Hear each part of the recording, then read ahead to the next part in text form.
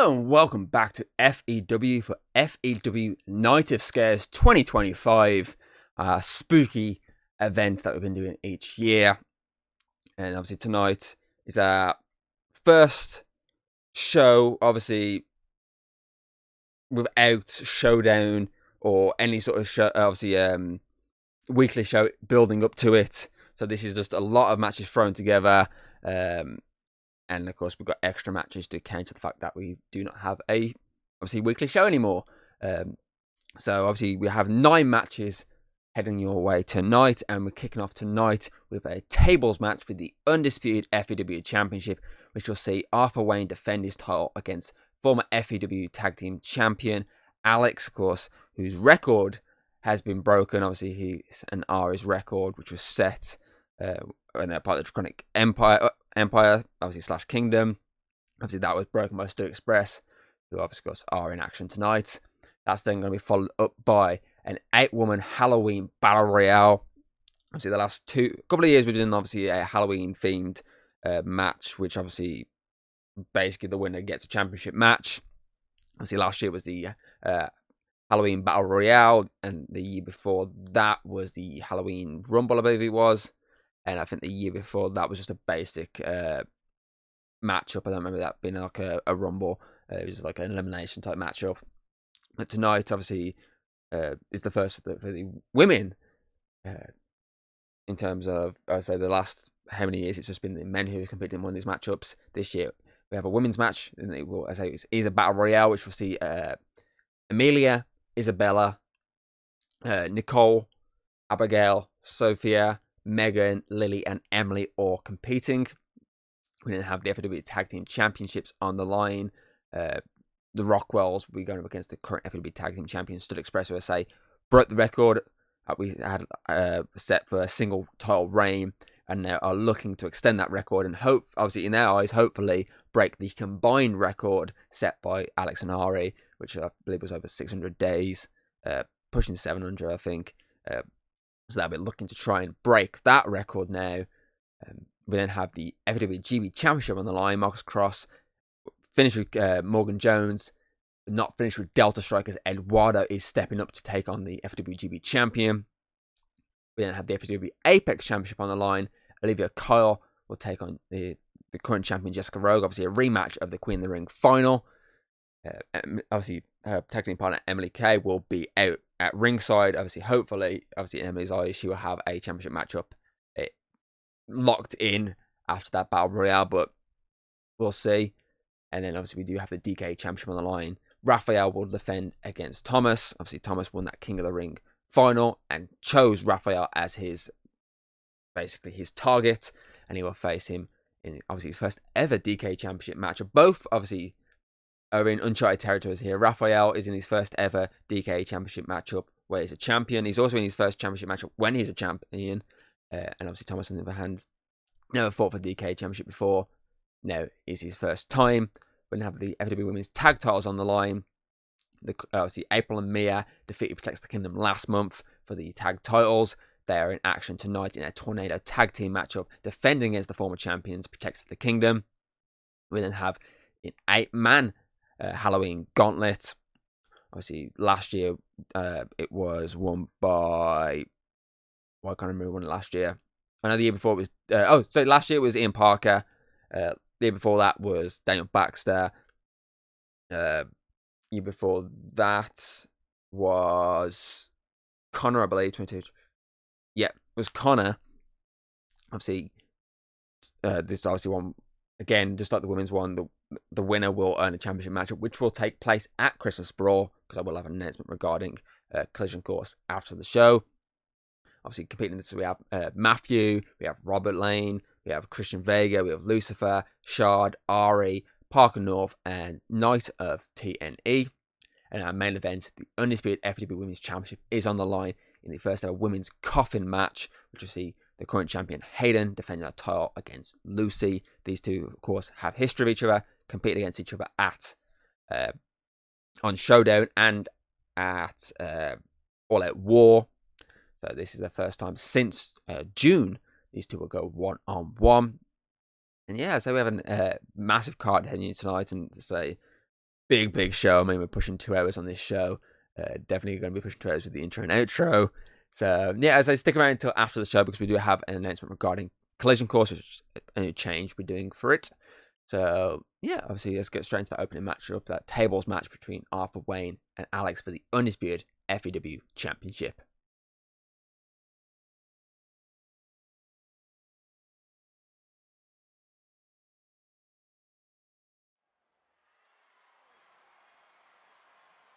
Right, we are underway now for our opening match of Night of Scares 2025. I mean, to kick off with the Undisputed FEW Championship in a tables match. What could be a better way to start us off tonight? Here comes our former FEW Tag Team Champion. On half of obviously Alex and Ari, or Japan Kingdom, Empire, whatever you want to call him. Alex is here to challenge the first time the Undisputed FEW Championship. I mean, he's challenged for singles championship before. He did challenge for the DKE Championship back in March. Of course, it was the Undisputed FEW Championship. Obviously, this is his first crack at the Undisputed title. So it's pretty crazy to say that obviously the space of what, March, April, May, June, July, August, September, seven months is that, I believe. He's obviously crack in the singles divisions. Arthur Wayne put out the challenge saying, I want to face anyone. Like anyone who's actually going to challenge for me, because I've faced multiple people up to this point and no one has been a challenge whatsoever. I need someone to step up and give me a fight, basically. Alex is the one who threw his name in the hat and was like, look, I'll face you. My former tag team champion, well, my former 3-time FEW tag team champion, was the longest reigning FEW tag team champion, well, one half at least, until, well, pretty much this show. So he's like, look, I feel like anyone's going to give you a challenge, it is going to be me.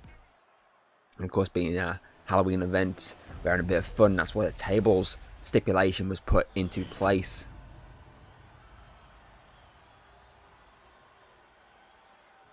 Of course, Arthur Wayne, he's been champion since Bertie Spectacular earlier this year, so he's been champion since April. He's still going strong. I mean, he's knocked off the likes of obviously Lucifer. He's defeated Luke Ventura. He's taken out Aaron Wilkins. He's got Thomas beat twice, I might add. He's defeated Adam Wolf. He's been proving month after month, week after week even, that he is not this placeholder champion, not this stepping stone of a champion, essentially like he's only holding it until someone better comes along. He's proving that is not the case. He's proving that he belongs at the top of the Undisputed division. But this is a different task. Oh, both missed their first strikes. Neckbreaker connects. Obviously, this is someone similar to Thomas in the sense that there's experience there. And of course, we know that Thomas pushed Arthur Wayne to his limit. I mean, especially at Summit Solstice. How many Dark Storms it taken there? It was about 4, I think it was, in the end, before the former Undisputed Champion stayed down.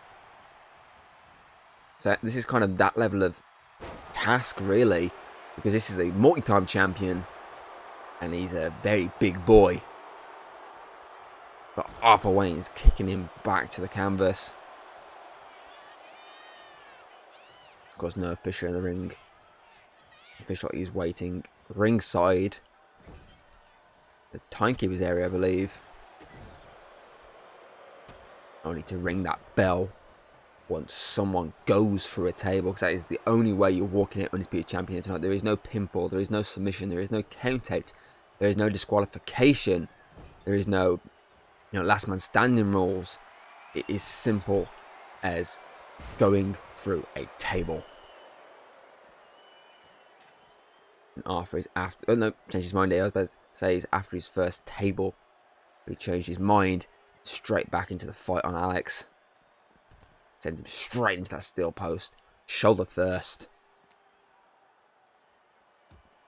And Alex is fighting back. Elbow to the gut.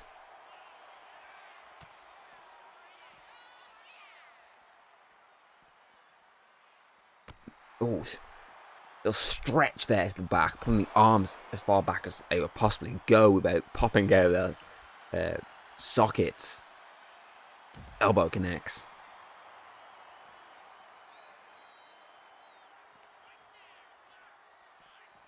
Alex sends off a crash into the floor.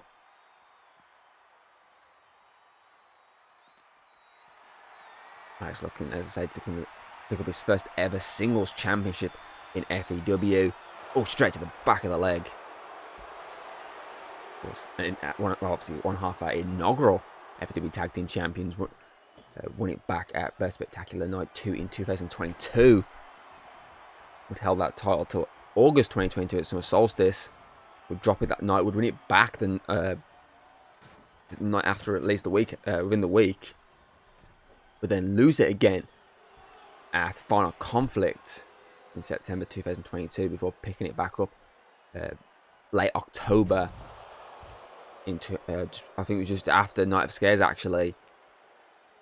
And obviously he and Ari held that title all the way up until Burst Spectacular Night 2 in 2024, and Arthur has that table in the ring waiting for Alex to get up, waiting to strike, and he's striking hard and fast.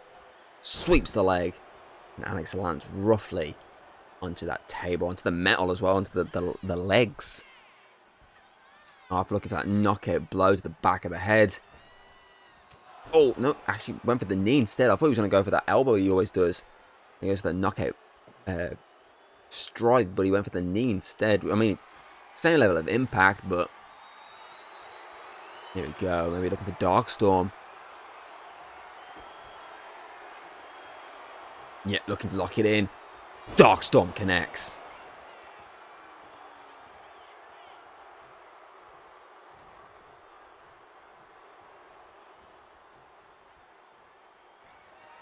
Here we go.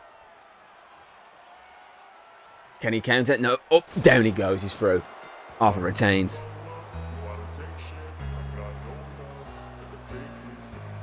We kick off Night of Scares with a broken ass table as Arthur Wayne defeats Alex to retain that Undisputed FEW Championship.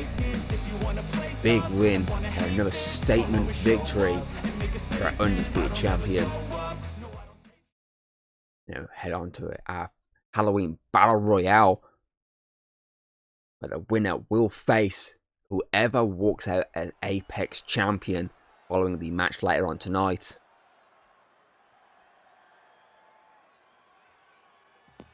And we've got a big crew out here tonight. Some of them are obviously titles to the names. I mean, Amelia Drakeford, former interim women's champion. I mean, we've got Lily of Paranormal Life, of course. She and Samantha were the 2025, and then I said 2024, 2025 Women's Therapeutic Tag Tournament winners. And as I said, we've got plenty of talent in the ring tonight. One of them hoping to become the number one contender for the Apex title. So another champion in the ring. We've got Megan taking part in this matchup. Obviously, Megan hasn't competed since, I believe, it was Summer Solstice in that triple threat match, the Undisputed Women's and Apex Championship. She lost in the match, which included Jessica Walsh and Hayden, of course, who was in action later on tonight. Megan, of course, former women's champion, former women's tag team champion.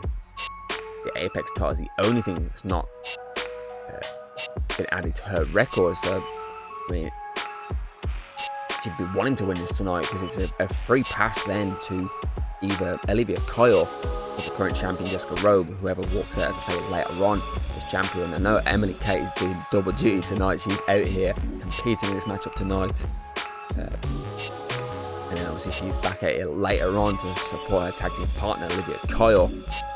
So it's going to be interesting. Of course, the rules for this are very simple. The only way to win is to go over, to put your opponents over the top rope. Last woman standing in the middle of the ring will be crowned #1 contender for the Apex Championship.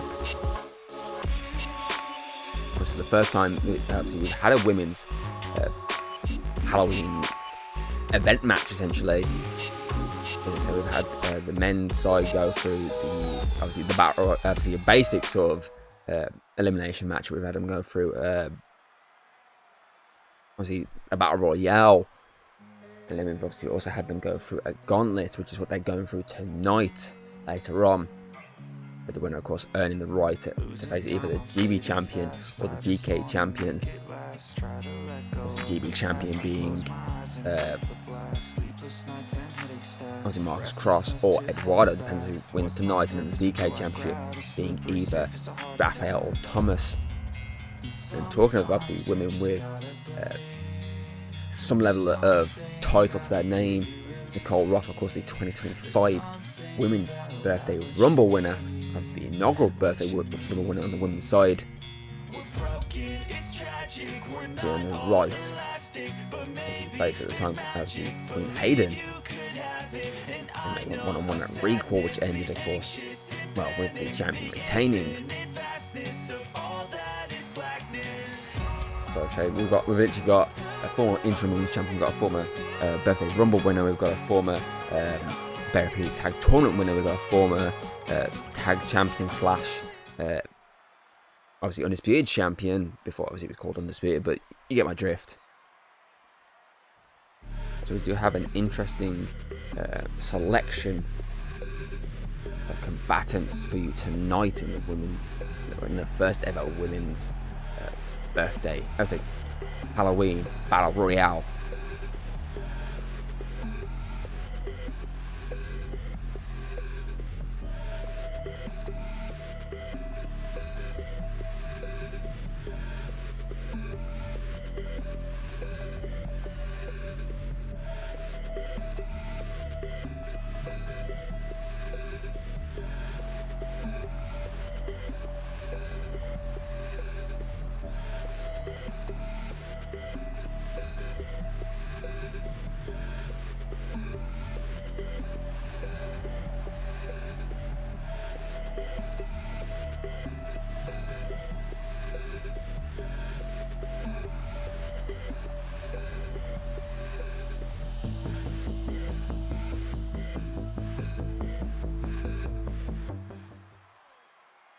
Tonight, of course, is about one of these women making a name for themselves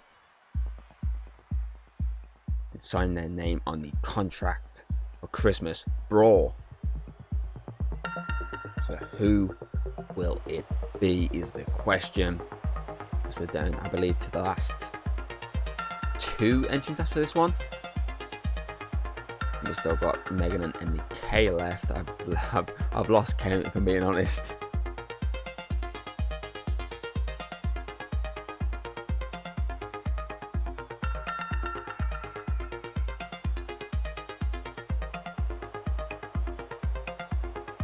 Obviously representation of the tag teams here tonight. Sophia Quinn, of course, representing the Union.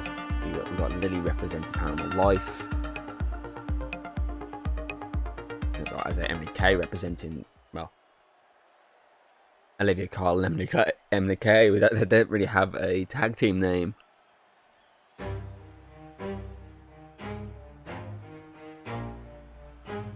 Here comes Megan. So yeah, I think we do have this one more heading your way shortly. Former women's tag team champion, inaugural women's tag team champion, and the former women's champion makes her way to the ring.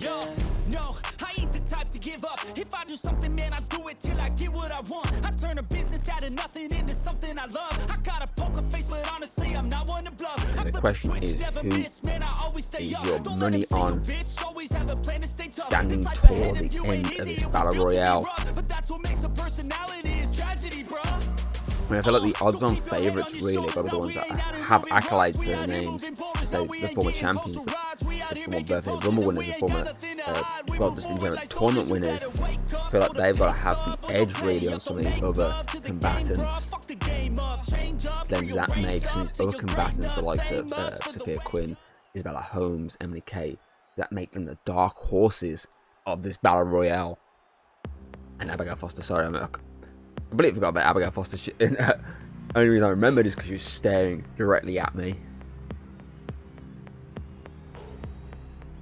I know, we still have Lily. I thought she'd already come out. My brain is completely fried at this point in the night, and I've completely forgot she had not already come out. That's what you get for quickly taking a quick drinks break during the entrances. Just the one opportunity I really get. You just quickly have a quick drink.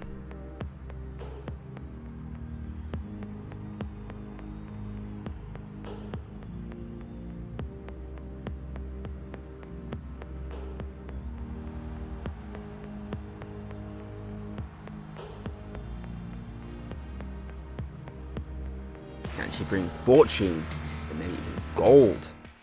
Paranormal Life before the year's out, because I mean they started the year so strong. Paranormal Life did they went for that women's therapeutic tag tournament and came out the victors, and you're like, okay, are these two finally going to win gold? I mean, these two, obviously the entire Paranormal Life split up. Obviously Victor and Darren went off with Lucifer. Samantha and Lily stayed behind. It's like, okay, both of these two teams finally going to do obviously make a mark in FEW, and both went on to obviously both spectacular, and both came out with a loss, and neither team really have been their way back to obviously where they were earlier this year. So could this be one of them? Obviously, could this be Lily's moment of bringing some joy to Paranormal Life to end the year? So they start the year happy. Can they end the year happy is the question. They're about to get underway.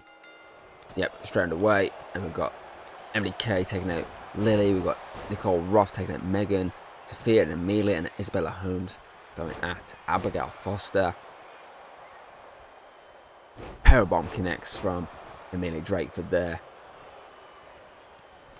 Nicole Roth working on the legs. Abigail Foster does not connect with that moonsault whatsoever.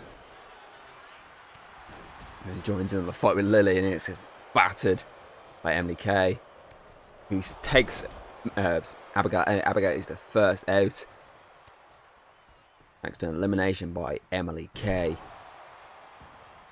Not a lot of room to move here. I mean, Lily went to do a running attack there, but could not connect. DDT does though, because there's such a lack of room. Big boot, Nicole Roth, and a flying Sophia just wipes out Lily. Rocket connects. Already one down in this battle royale. Double stomp. Connects off camera. Sophia looks to fly, but changed their mind last minute. Instead lands a Hurricane Rana takedown. And Isabella Holmes. Oh, running Bulldog. He connects with the boots, connects with the second boot, the back heel that time round. He gets dropped by Isabella. Tandem offense between Nicole and Emily Kay as they take out Amelia Drakeford. Sophia's fighting there with Isabella. And finding back to her feet. And he went flying in there. And then so did Amelia. Powerbomb to Megan. Go look for a powerbomb as well, I believe. Oh no. Send Sophia face first. And the powerbomb as a follow-up. One elimination so far. 7 remain. Cole saves herself. I mean, Lily's doing something, but the post is in the way there. And she gets clobbered in the face. As Isabella's attempting to eliminate Sophia Quinn, and it's just not working.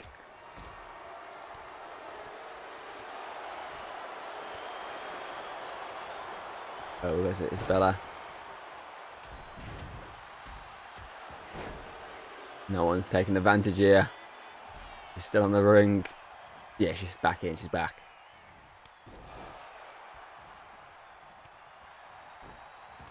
Oh, Amelia does not connect, and Isabella connects with that belly to belly suplex.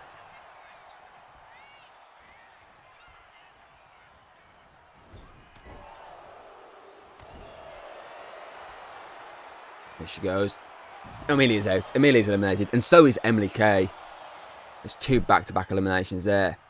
As Lily takes out Isabella, and Nicole quickly took out Sophia, but Megan is straight in here, attempting to eliminate Nicole. Sorry.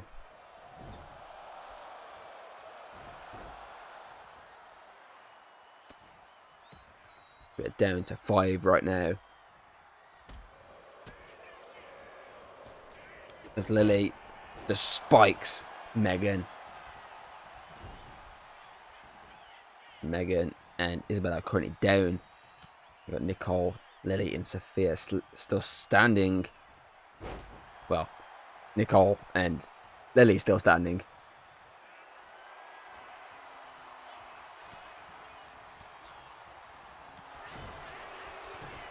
Clothesline, back elbow, sorry. There's a twist of fate then from Sophia. Too busy focused on Nicole for a second, as Lily is eliminated. We're down to 4. Sophia, Isabella, Nicole, and Megan at the 4, currently standing. Oh, uppercut connects.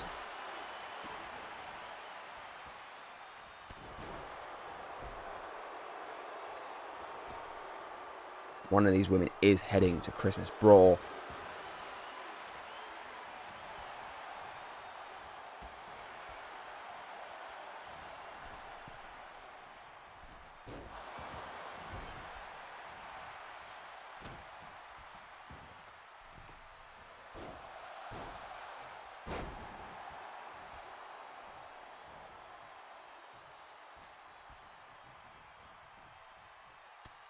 Nicole's out. Isabella lands another elimination here. Down to 3. Isabella's trying to take out everyone right now. Gets caught by Sophia as Megan is holding for dear life. Hurricane Rana eliminates Isabella Holmes. And Megan just showboating, thinking, you know what, I've got an easy victory now. And Sophia just says, hell no. Uppercut connects.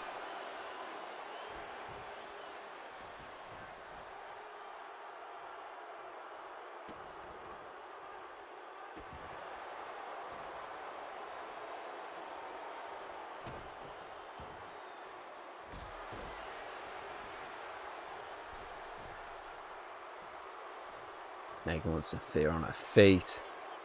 Wants to punish her and lands a DDT, a leaping DDT, which is vicious from the middle rope. Sophia goes over. Oh, she stays in this. Rolls herself back in the ring, which means she is safe for now. Oh, cracks the knee across Megan's face and busts her clean open.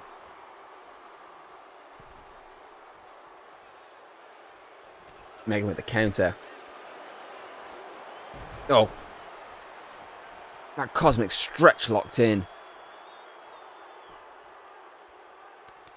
And severe taps, but that doesn't mean anything.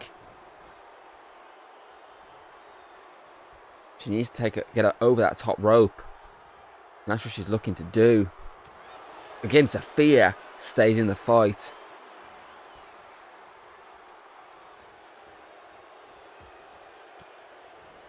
Megan cracking away at the ribs. Sends her into the corner. takes out one of her legs. Look for that double knee straight to the face. That running train. And she's saying this is done.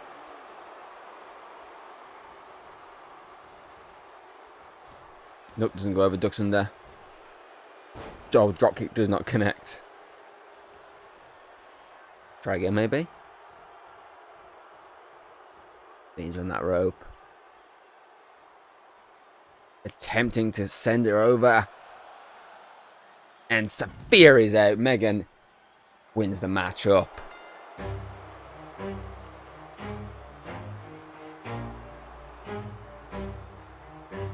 Megan wins the 2025 Halloween Battle Royale.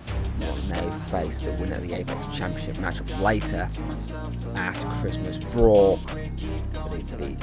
Olivia Kyle just rogue, standing between her and gold. Now it's time for those FEW Tag Team Championships to put on the line. They're expressed to officially break the tag title record for a single reign. That is official now. I mean, it was pretty much official last month, since we didn't have any shows between then and now. But, it's official. Can Max and August spoil the party here tonight as the Rockwells step up to face the Tag Team Champions?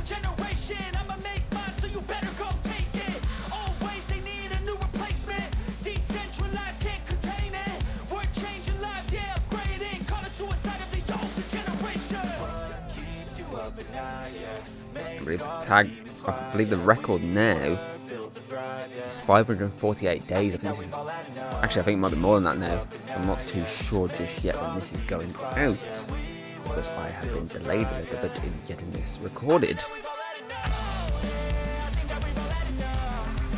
It's at least 548 days, possibly more. I think it will be a bit more, as I say. This is going out when originally planned. I've not had the chance to sit down and do this just yet. This is the first time I'm getting a chance to do it. So can Stud Express extend their record even further? As I say, they're hunting now with the overall record as Tag Team Champions, because I say there's two records as Tag Team Champions. There's the single reign, which they now have, and then there's the overall reign, which still is in the hands of Alex and Ari, which sits at 600 and I think it's 40 or 50 days off the top of my head.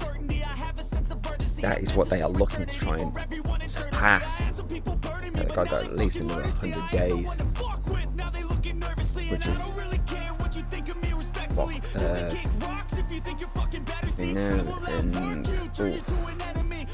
in May next year. They have a chance of breaking the record. I think they might be able to break it in March. I could be wrong.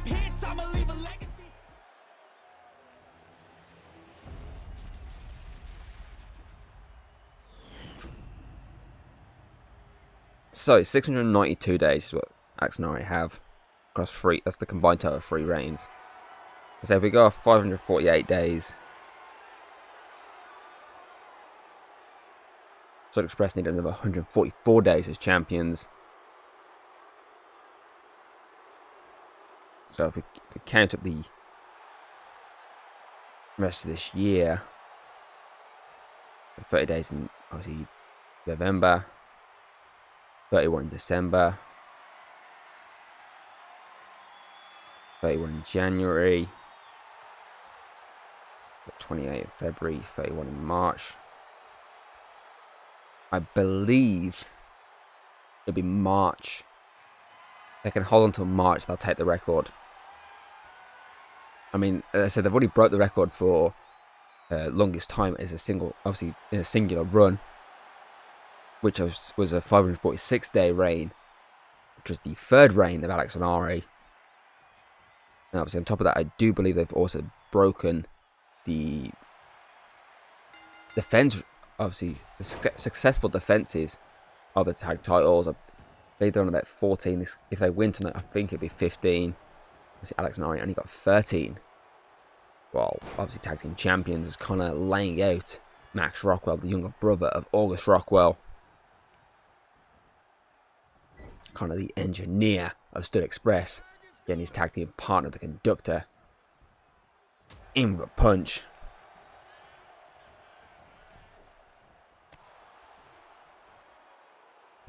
Oh, stunner on the top rope.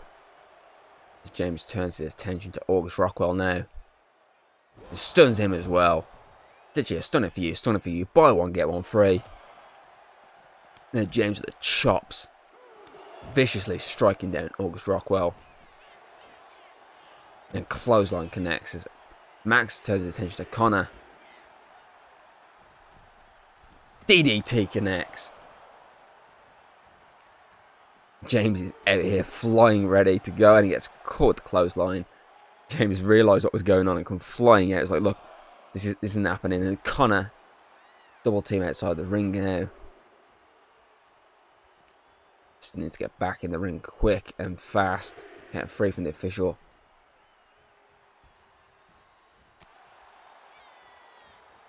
Of course, we pretty much have 3 back-to-back singles championships heading your way next.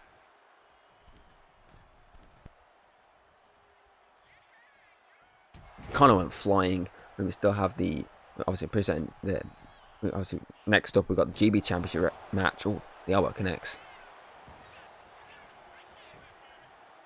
1, 2, kick out, 2.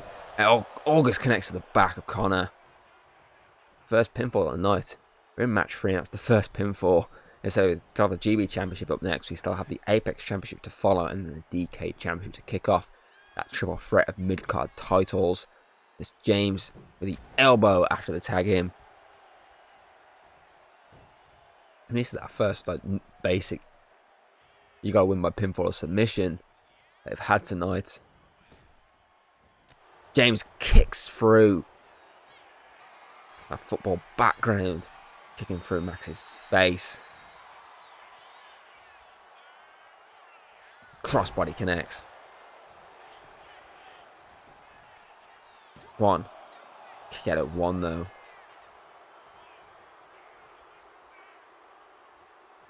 Is James going to fly? I think he is.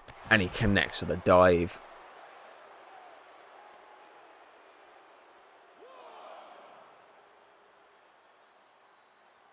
Count 2 from our official.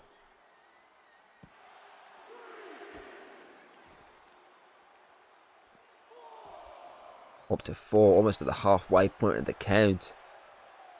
I've been debating about extending the ring out count as James, so nasty ass suplex outside the ring. Lands a second. Go for the trifecta. Connects as the ref's up to 7. And say, count of 8. I'm debating about if we can push it to 20 seconds as James slides in the ring just in time and slides back out to break the count. And lands a kick. The head, to the side of the head specifically, for Max Rockwell.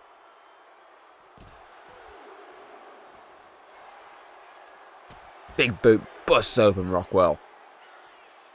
August can't be happy with seeing that as James went for the knee, which could be the finishing blow really to Max, but Max got out of the way just in the nick of time and he gets dropped.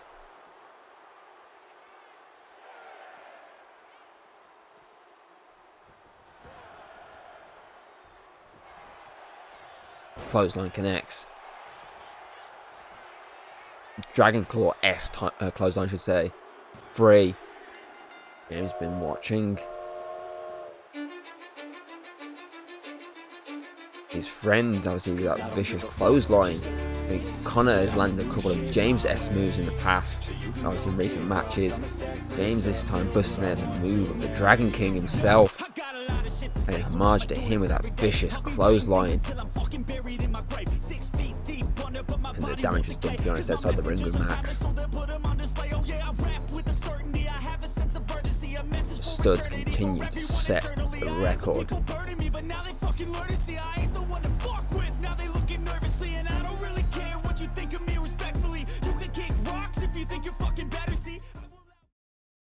Now the GB Championship is on the line.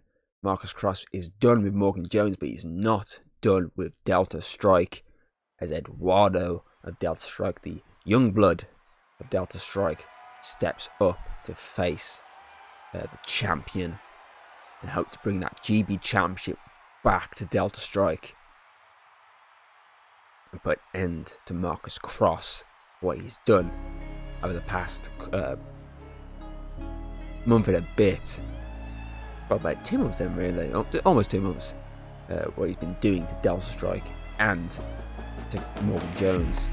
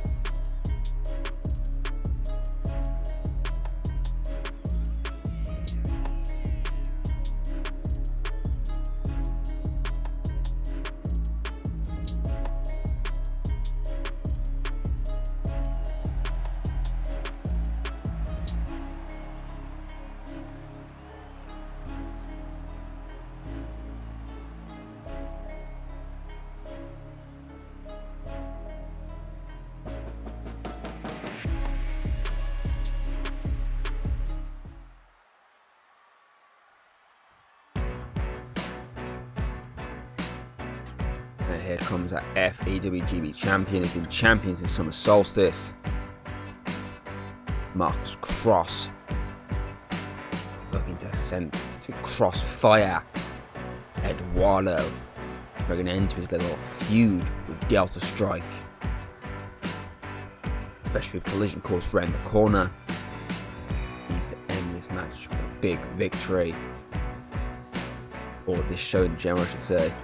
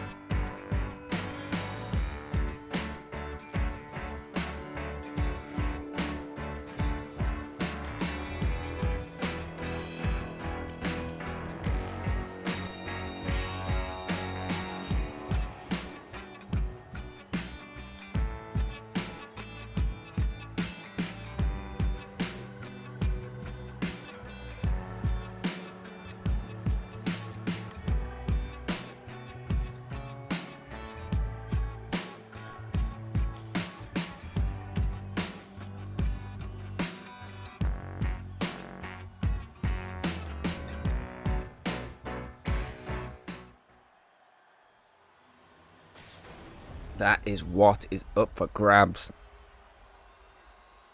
The FEW Championship. Championship which has been held by the best of the best. I mean, Thomas is a former champion. We've got Morgan Jones, a former champion. Daniel Baxter. Tobias. Of course, now currently the title around the waist of Marcus Cross.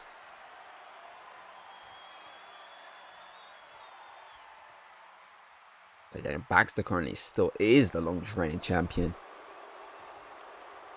And he's the only champion to have held the title on 3 separate occasions.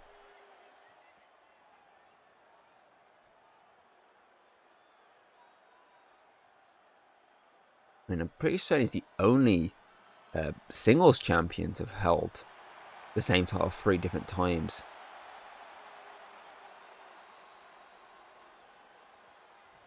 Because obviously Alex and Aria both held tag titles 3 times, but in terms of singles championship, I'm pretty certain Daniel Baxter is the only person to do it. Marcus Cross wastes no time, wearing down Eduardo, making sure he can't compete anymore.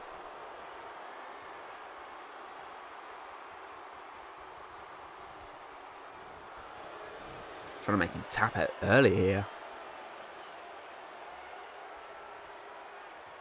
Eduardo stays in this and gets a knee for his troubles. And a leg drop as well.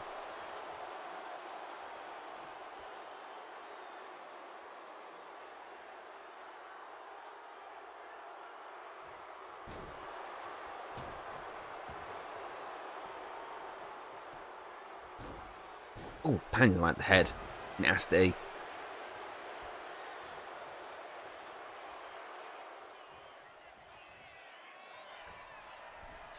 Cross is heading up. Cross lands the axe handle.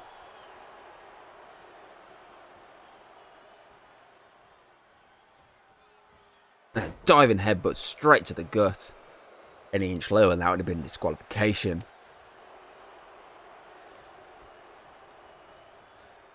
Sends him into that rope. Misses the elbow completely because he strikes too early. Let's give Eduardo a German suplex there.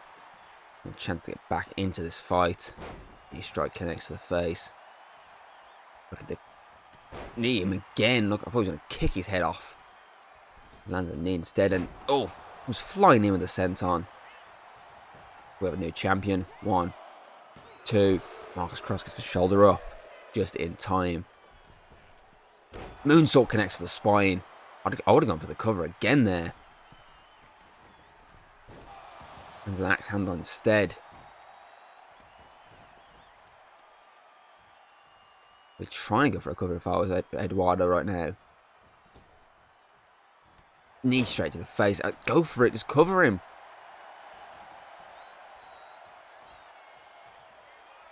Make him use all his energy to kick out. And here we go. Oh. I thought that was going to be a submission attempt there, but no. 1, 2. Kick out from Marcus Cross. Eduardo dropped him. Hacked his way through Marcus Cross. The ref is warning Eduardo now. Holding that rope any longer and I will disqualify you.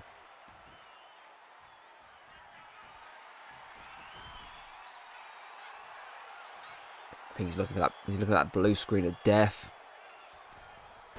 Oh.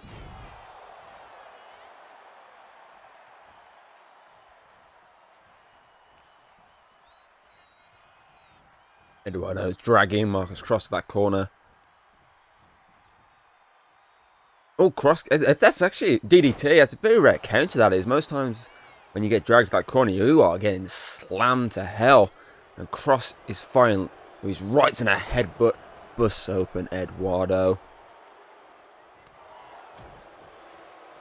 Oh, a belly-to-belly suplex.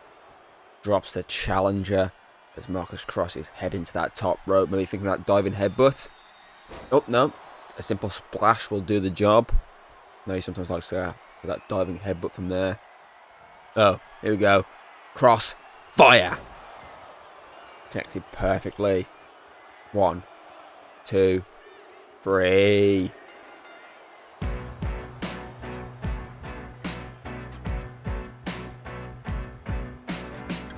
Marcus Cross retains the FEW Championship, and in his mind, I believe that will be Delta Strike in his back rear view mirror. Because that's Morgan and Eduardo beaten for the GP champion. I mean, you know, even Alexander Holland could easily have a crack at him, but I don't know. I feel like that could be it for him and Delta Strike. I mean, Delta Strike. Sure, actually, I would say, yeah, no, actually, you'd think they would have learnt the lesson after Morgan and Daniel Baxter went to war. Because I mean, Baxter put all of them down one by one before Morgan finally got one up on him. But I don't know. We might wait and see. It's FEW Apex Championship that's on the line next anyway. Olivia Kyle makes her way towards the ring, accompanied by Emily Kay, who of course was in that matchup earlier on tonight, the Women's Battle Royale, the Halloween Battle Royale. She was defeated in that. She did not pick up the victory. She's there here tonight to support her friend in a quest to become the Apex champion and bring Jessica Rogue's reign to an end after only a month.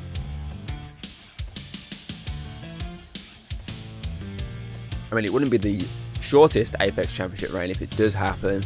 The shortest still is Becca Mason. Became champion and lost it within 10 minutes basically.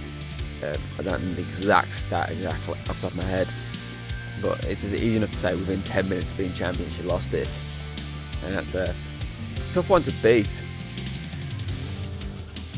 And the only one who possibly comes close who actually might beat that is Connor, with obviously the FEW Championship reign just cut short. Thanks to the man who's challenging the DKE champion tonight. Here comes our Apex champion, Jessica Rogue, aka our 2025 Queen of the Ring.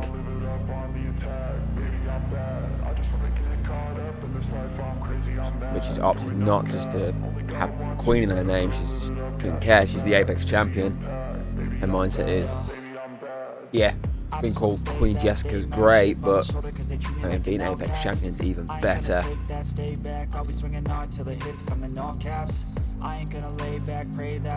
Of course, this event 2 years ago was where she became, obviously when she picked up her first championship in FEW. So this event 2 years ago, we obviously created a brand new interim FEW Women's Champion, because obviously Hayden taking some time away.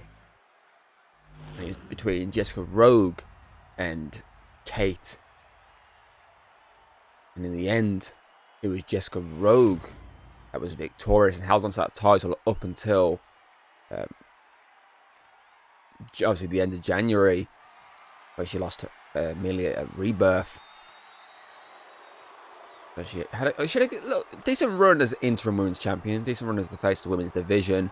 Bear in mind that was before we brought in the tag titles. That was before we brought in the Apex title, so we only had one women's championship at that point. So she was literally the face of the women's division, even if just an interim face instead of face.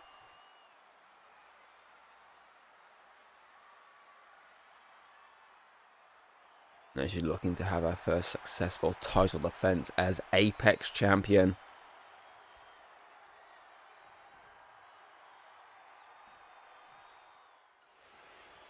So I'm pretty certain there's only one other person who's done that, who's obviously, Clothesline Connects, who's obviously held the Apex title and successfully defended it on their first opportunity, and that was Hayden, obviously, our Undisputed Women's Champion, who's obviously in action later.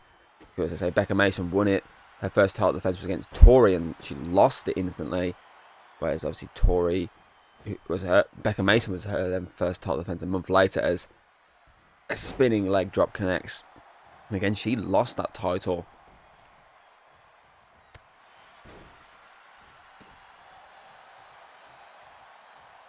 I mean, you could probably argue in Tori's second reign as Apex champion, she got a successful title defense in her first go on it. Obviously, her first opportunity, but I'm talking about first runs with the championship.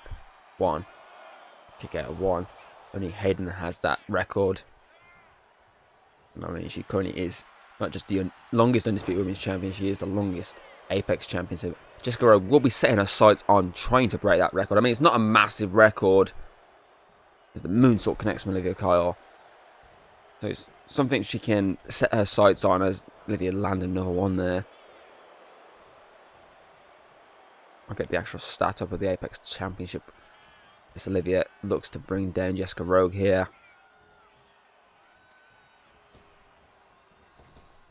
Leapfrogs over. Oh, Jessica counters. Picks her up and drives her down. Oh, she's held it. 1, 2, kick out from Olivia Kyle. The current reign, obviously the longest reign with the Apex Championship, was 155 days. Axe handle connects. So it's not like a massive record that she has to worry about. 2, kick out 2. So she's already got 29 days under her belt. Actually, a bit more than that now, because obviously this episode being delayed a bit. Oh, gets out the submission hold. Drives her down, brings her down. Back suplex there. So it's not a massive. It's not like obviously with the Stud Express trying to break Alex and Ari's record, which was like a massive record, or anyone trying to break the either Undisputed men's or women's record. They're big records. I mean, 155 days is a doable one. As Olivia takes out Jessica with a dive, as the ref is currently trying to put the turnbuckle pad back on, because it's been taken off thanks to Emily Kay. And then the count begins. I mean, they had a little bit of extra time out of the ring. Oh, cartwheels around and slams her back first, spine first into the mat.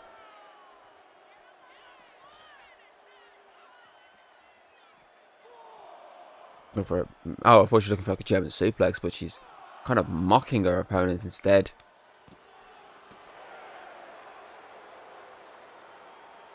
Okay, a 7 there from the official. Olivia finally gets Jessica back in the ring at a count of 8.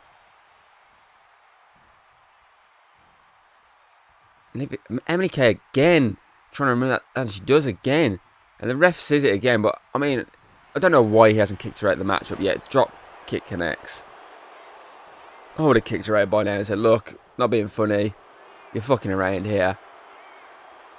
Submission locked in, but the ref is not looking. Well, he finally does now. But it's too late because Jessica is out of it. So that was a backfire for Emily K. Drives it down again, looks for another 1, 2. Can get it 2, looks for another pinfall, I was about to say.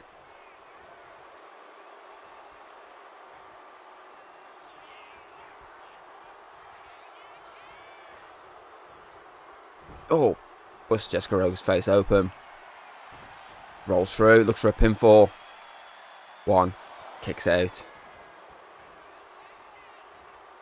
I mean, the Apex title is actually our shortest record in terms of championship. Oh, the armbar is locked in.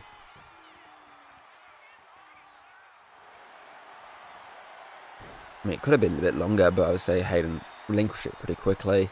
Well, quick enough. Because she wants to fully focus on the Apex Championship. Give someone else a shot at the championship. Jessica fights out that corner. And clobbers Olivia Kyle with the clothesline. Maybe looking for a crossbow. And luckily the ref got rid of that chair. Because if she lands this crossbow, that could have been game over completely for Olivia Kyle. And here we go. Crossbow connects. And that's exactly where that chair was. That would have been even more damage. 1, 2, 3 is enough.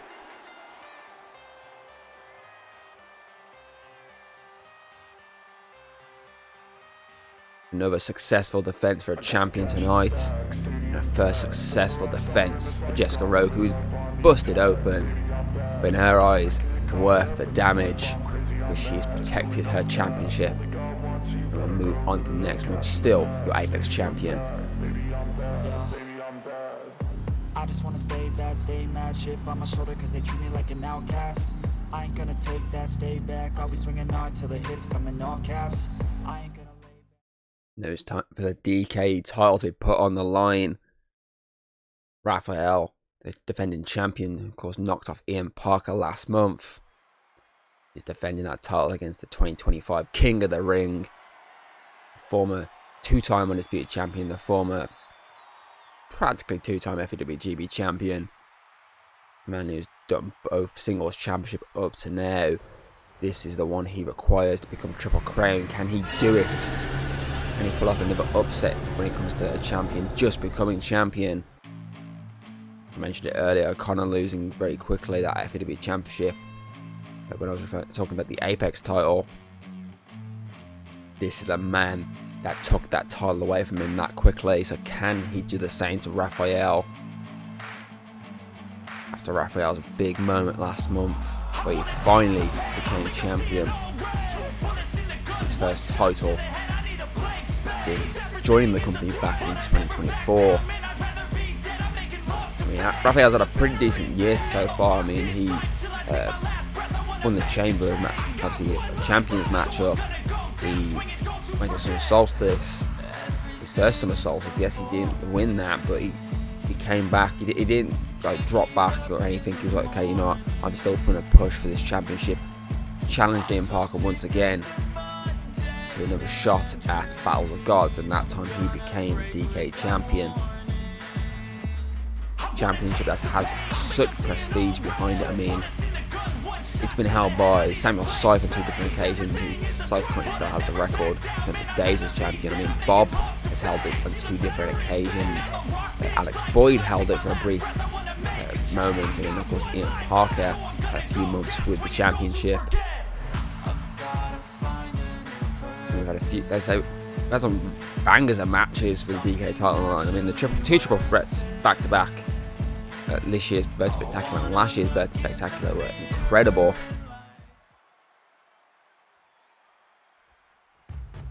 It's Raphael, the latest in the line in the heritage of the DKE Championship.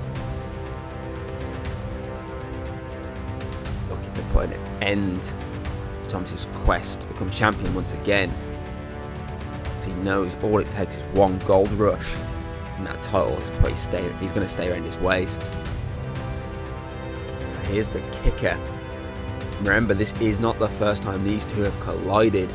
Raphael, on 3 different occasions between the start of February and the end of March, went for Thomas and the Undisputed FEW Championship, and on all 3 occasions he came up short. Thomas has his number.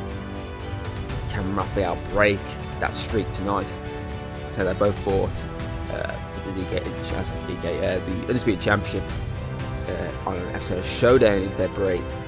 The one where obviously Jean-Pierre tried to cash in after the matchup, but Raphael said, no way, Jose. And then obviously at Heartbreaker, it was a triple threat, Raphael, Jean-Pierre and Thomas, and again, champion retained. Raphael then got another shot in March on Showdown. Obviously, I think it was either our last but one Showdown or our last Showdown of March. But again, champion retained. So that's 3-0. Raphael has gone against Thomas. So can he make it 3-1 here tonight? Because this time around, he's not walking in as challenger. He is walking in as champion. The champion's advantage is in his corner. I mean, there's no champion's advantage in the triple threat match, I will add. I mean, literally Thomas could have lost that match if Raphael had pinned Jean-Pierre or Jean-Pierre pinned Raphael. This time, I say, the third one-on-one encounter between these two. But I say this time around, the champion's advantage is in the corner of our DK champion, Raphael, who's looking to stop Thomas becoming the first ever Triple Crown champion in FEW.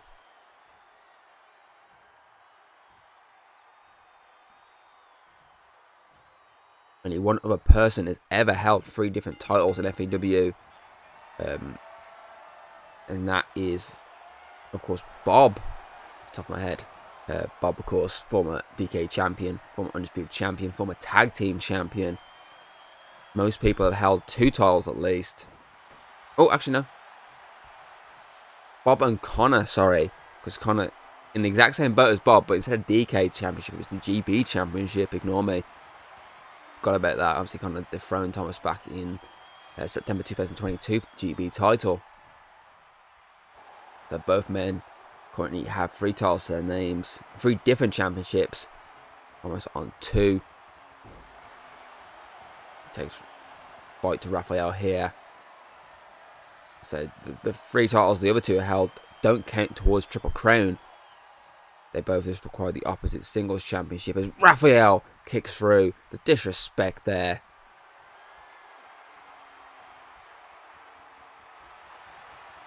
The headlock is locked in here. The vice grip. Thomas pushes him into the rope. Ducks under. Leapfrogs over. Kicks through. Similar to James earlier. And moonsault connects in the follow-up.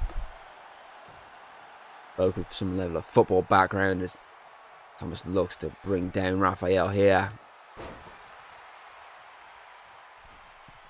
Mid-row. He's got a plan, maybe. Oh, look for the moonsault, but Raphael 1 step ahead this time. Sends him over the top rope. Pure strength from Raphael to send his challenger straight over the top.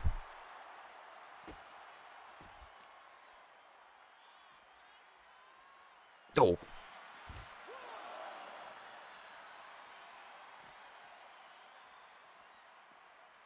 I actually think this is the first mid-card championship Thomas has gone for since unifying the GB Championship and the FEW Championship back in 2022. Oh, face first. So, of course, he became the inaugural GB Champion back in 2022. Kick out. When he defeated August in the first ever GB Championship matchup. So that title was then active all the way till September before it was unified. It wasn't until February of 2023 when we got the DKE Championship. And I say, I'm pretty certain it's been since 2022 since he's challenged for a mid-card title. Which is pretty interesting. Crossbody connects.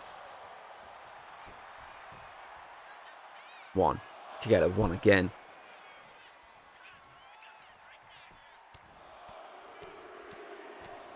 Raphael laying it in with those fists to the face. Follows up with an elbow to the spine. An elbow to the gut as well. Thomas forced to roll up the ring, but Raphael is in pursuit right now. But Thomas with a counter. No, Raphael with a counter sends Thomas into the barrier. Metal barrier, I might add. This is a different arena. Instead of the classic barrier, obviously modern classic barrier, we've got the old school classic barrier, the metal ones. And Thomas looks to do the damage against one. Oh, face first. Send Raphael into that barrier to do the damage. But Raphael, again, one step ahead of the challenger. Oh, gut first. He's sending him into every part of the outside of the ring. The challenger is getting wrecked by the metal outside so far. Post barrier and the steel stairs as Thomas finally with the counter. Maybe he was looking for a stunner then, I think, but Raphael again with the counter. Challenger counters his way through. What are we on? Count wise up. Count 3. Yeah, because Raphael went to the top rope, so he broke the count, count 4. Challenger telling Raphael to come back in the ring, and he's kind of taking a breather in the process. I mean, he's been hit hard so far. He's been hit harder now with those lefts and rights. And a powerbomb, a running powerbomb from Raphael. They can't get a pinfall because Thomas drags himself into that corner and gets out of the way just in time before getting flattened. And flattens Raphael in the process. That knee stroke was vicious. Drop kick connects. And it's his time to lay in the fists. And for the lefts. I think we can go for the right. He's more right-handed than left-handed. Oh, super kick does not connect. Raphael out the way just in time. And a DDT. Brings down the challenger. And a senton. Could spell the end of this matchup. 1, 2. Kick out though. He's got to be thinking gold rush at this point. But the challenger says no way. Scoops him up and slams him down. Moonsault maybe. No, he's telling him to get back to his feet. Maybe. Could he be thinking knighthood already? Oh no. A crossbody instead. The amount of different things I thought I was going to be then. I thought moonsault at one point, but then he kind of turned it around. Oh, spins him to a corkscrew and drives him down. Now he wants him up. Now Raphael's closer, so he might be thinking knighthood. Knighthood connects. 1, 2, 3. We have a new DKE champion, ladies and gentlemen.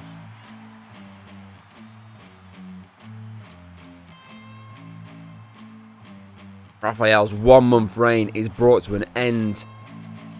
And we have our first ever FEW Triple Crown champion. As Thomas finally becomes the DKE champion. He's one step closer to that Grand Slam championship. Just those tag titles elude him now. As he went to war with Raphael. You can see the markings across the chest. The beating he took from Raphael. And got back up to deliver more of his own. Congratulations on our new DKE champion.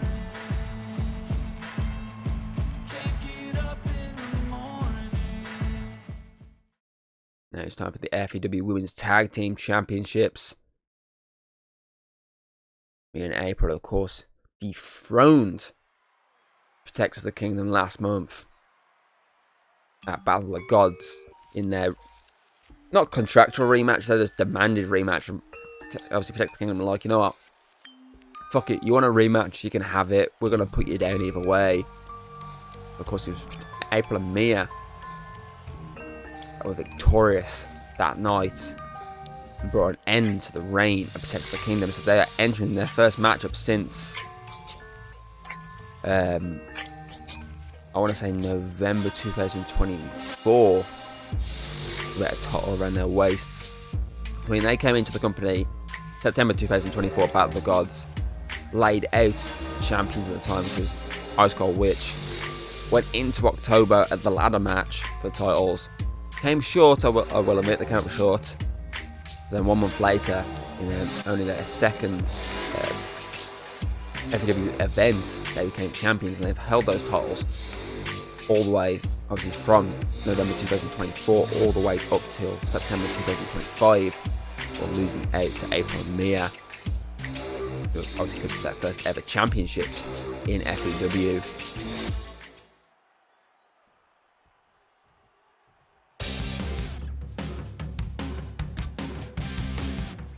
The tag title reign they had was 302 days, with 7 successful defenses to their name, before these two came along and took those titles from them.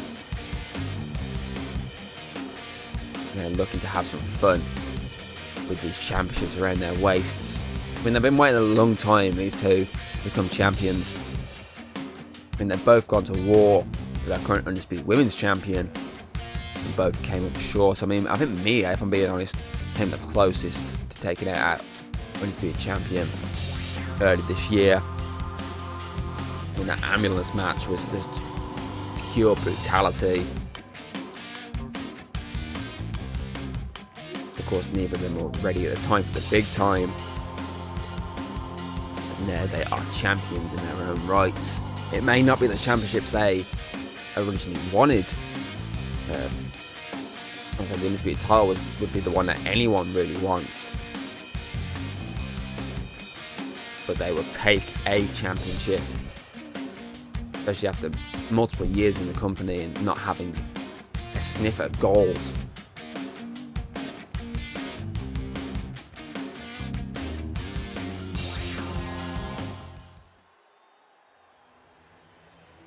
Of course, we still have our men's Halloween Battle Royale to come. Sorry, Halloween Gauntlet, not Battle Royale.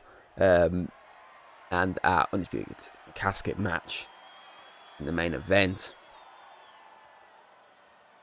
So we're down to our final 3 matches of the night. We're kicking it off with a Tornado tag team matchup.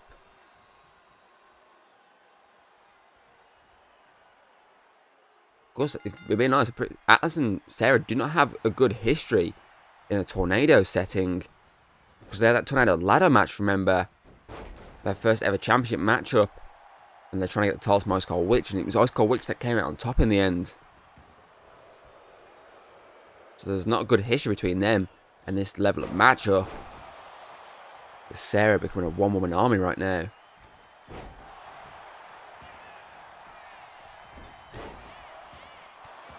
Almost a count of 2 there. Let's protect the kingdom are pissed right now. They are very angry at losing those titles. I mean, can you blame them, really?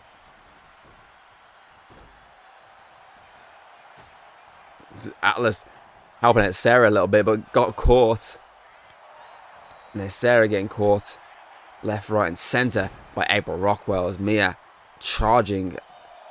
Well, attempted to charge at Atlas, but Atlas drops her instead into the rope. Sarah dropped a bit too early there. And obviously Atlas has realised Sarah is in trouble. Oh, maybe not. Maybe is she going to turn around? No, she's not. Takes the fight out to Mia, but comes up short as well. April and Mia in full control right now. Drop kick to the side of the head. Where's April up to? I mean, there is no DQ, I believe. I believe it is no DQ. There's April swinging a miss. It was a bad miss, that was. And it allowed Sarah to get back into this fight. And then Sarah's after a weapon as Mia's taking the fight to April. Drop kick connects. I mean, you may as well not bring a weapon in because you're not getting the strike with it.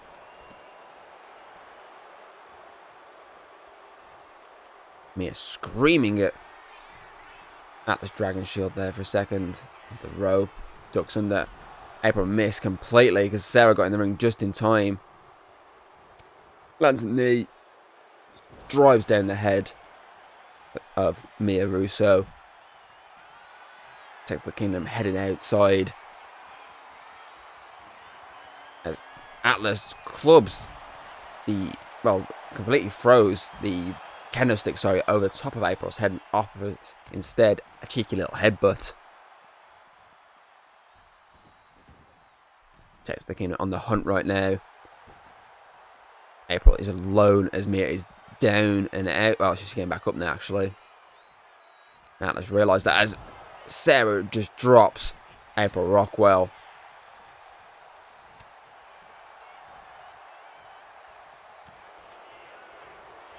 Push you over a moonsault, and usually when you got the rope like that, it's usually a moonsault you're going to be landing any second. No. Mia gets dropped. The Bulldog. Atlas is all the way at the top rope. And a frog splash connects. 1, 2. Just a 2 count. April would not have got there in time if that was going free, and that would have been a new champions crowned. It would have been our first ever 2-time FEW Women's Tag Team Champions. Double stomp connects. We've never had 2-time FEW Women's Champions. Every championship reign has been a single reign, and no one has ever won it back. Atlas went for the knee, but Mia got out of the way. And Atlas got caught by April, Double knee. Rolls through. Another double knee. Mia wipes out Sarah Hawk. Turns her attention back onto Atlas Dragon Shield. Oh. Twisted mischievous. 1, 2, 3. Sarah did not realise she was choking out April there to realise that Mia had got the free, obviously had pinned her partner and got the free count. That mischievous twist. And now he's obviously April and Mia retain the FEW Women's Tag Team Championships. There's our 4th championship retention of the night.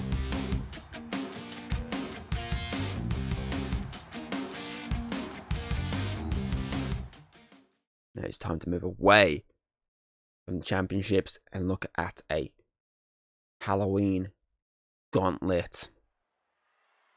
Ian Parker won the inaugural Halloween Gauntlet last year after we switched from the Battle Royale into a Gauntlet. We were trying something different last year, and as I say, we thought, you know what, we'll keep it going this year, and so we'll give the women the Battle Royale instead of the Gauntlet. I might rotate that each year. So one year be the men entering the Gauntlet and the women doing the Battle Royale. Next year the men doing the Battle Royale and the women doing the Gauntlet. I might actually change that. That might be a thing. Yeah, fuck it, you know, I will. Hopefully I'll remember. I will rotate that each year.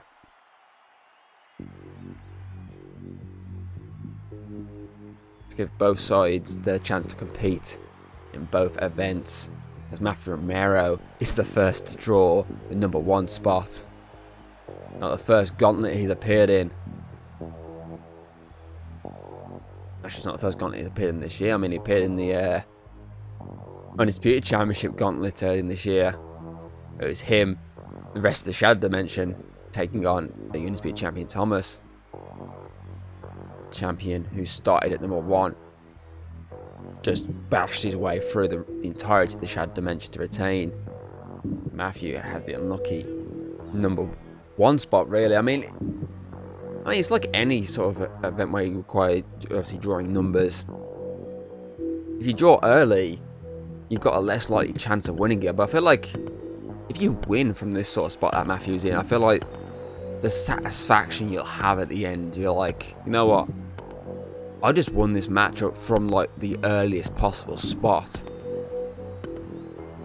I mean, like Raphael and Megan early this year at the Champions matchup, they both drew pretty early in their respective, obviously, chamber matches, and both come out on top. Raphael drew second and Megan drew first, I believe it was. So it is doable, really. I mean, there's a few more people in this matchup than those matches, but still, obviously, Robert Lane returning to action here as he's drew the second position. He hasn't really competed that much in months because of obviously an injury that he had. Injury, I believe he picked up in a tag team matchup with Alistair Farfax.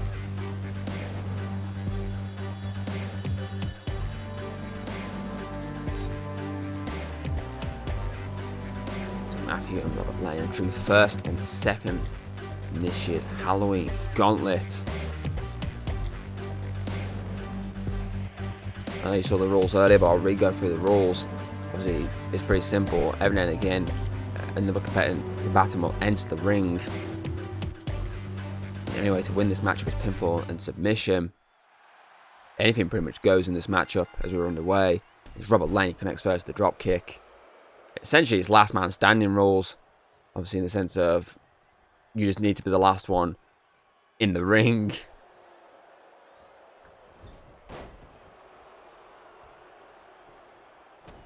It's Robert Lane taking the fight here to Matthew Ramirez, who are already getting to the point of drew.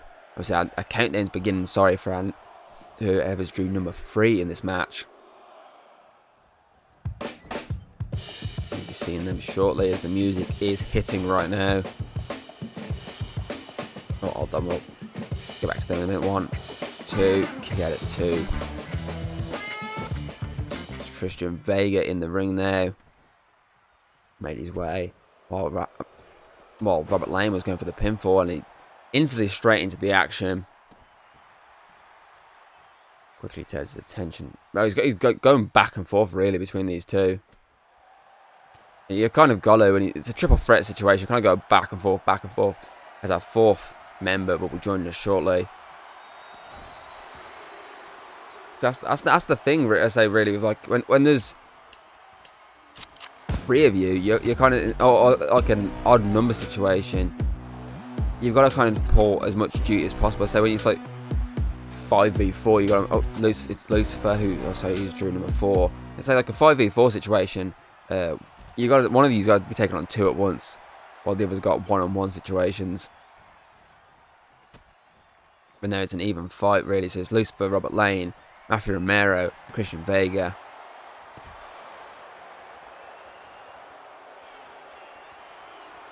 The countdown begins for number 5.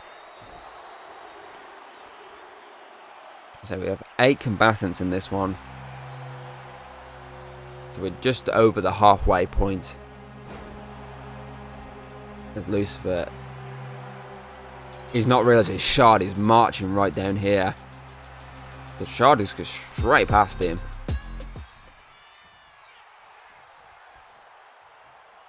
But now actually does drop him. Robert Lane. As Christian Vega on the ropes, drops him down. See, that's what I mean. Like Shard is doing a 2v1 situation here, while Robert Lane is on an easy 1v1. Referee gets caught in the middle there.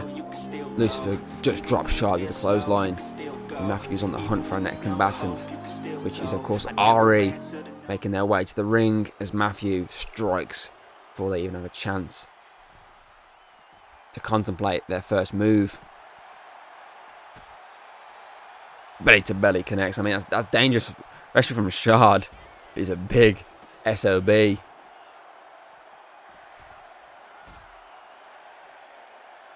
I've lost track how many people we've got now. 2, 4, 6. This is number 7 now. Sorry, I lost track then for a second. We've still got 2 more heading your way. Shard bringing the fight to Matthew Romero. Clothesline connects. Ari going after Robert Lane. Not Robert Lane, sorry. Parker North, ignore me. Mine was completely changed there. I mean, even Parker was like, wait, you're not hitting me? Okay. And here comes the German suplexes. From Robert Lane to Lucifer. The trifecta of suplexes, our final combatant, is making their way to the, obviously shortly.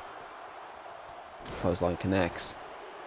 No eliminations as of yet. It's number 8. He's making his way to the ring, which should be Knight of TNE.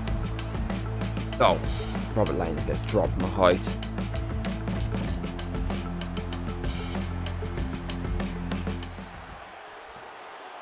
Get a 1 there from Christian Vega.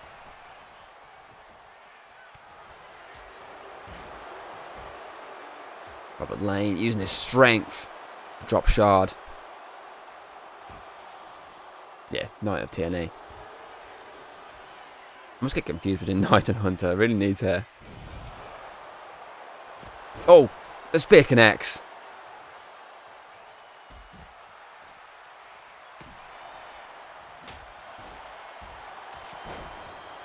Knight wipes out Shard and's taking his fight now to Lucifer. Two factions colliding right here. Still had no eliminations yet. That's crazy. Robert Lane connects the moonsault. Matthew was there. Roller. Ref needs to get in there quickly, but he's not in there quick enough, and Matthew kicks out. Oh, photo finish connects. 1, 2, but Knight stays in this, and Shard showing his strength against Christian Vega. Oh, he's looking to end this here on Robert Lane. Drops Robert Lane. We've got Matthew pinning on Ari there. Shard with the diamonds off forever there. Wait, another pinfall attempt here. 2, 3. Lucifer just pinned Parker North. I kind of did not see that at all. 1, 2. Kick out there from Knight. I'm guessing Lucifer must have... He must have hit Satanic on Parker North. I just didn't see. I was to be focused on the other action. That's the problem with these types of matches. But I always state this. The problem with these matches when there's so many people involved, with essentially tornado rules, and obviously everyone can go after anyone. You kind of lose track of what's going on. As Ari drops Christian Vega. And that future shock DDT to Knight. 1, 2, 3. We got another elimination. That's 2 out. We're down to 6 now. Probably a bit easy to follow. Ari going to war right now with Lucifer and Matthew Romero. Christian Vega takes Matthew off Ari's shoulders. But no, Ari's back in on Matthew Romero here. 1, 2. Kick out at 2. Matthew make very quick work of Christian Vega as Ari look at the beat down Lucifer. And there's Knight slowly making his way to the back of the arena. Matthew waiting for Ari to finish before striking. Oh, step up kick connects. Yeah, Christian Vega versus Shard outside this ring for a while now. I forgot Robert Lane. He's still in this matchup. He's the opposite side to everyone else.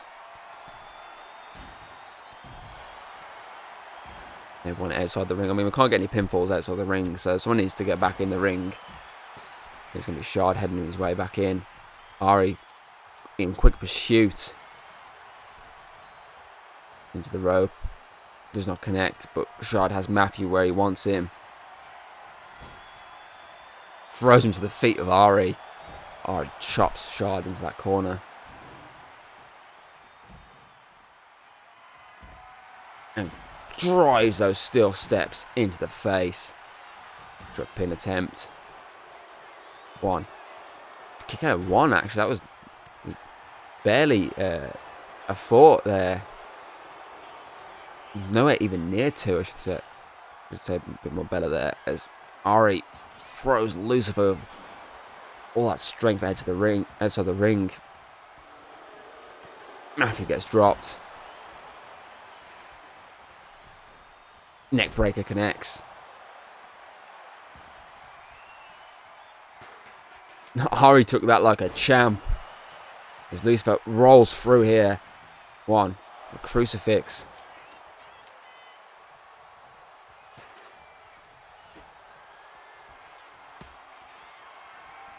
DDT connects.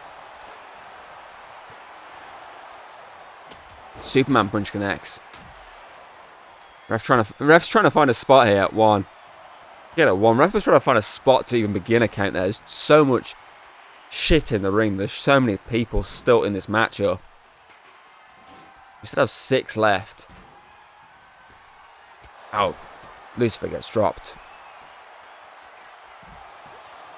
2, 3. Lucifer got dropped with that spear. Christian Vega just eliminated Lucifer. So that's a big elimination for Christian Vega. And they're left with Robert Lane, Shard, Christian Vega, Ari, and Matthew Romero. Matthew and Robert Lane, remember. Oh, was that wizardry there? I think that was wizardry from Ari outside the ring.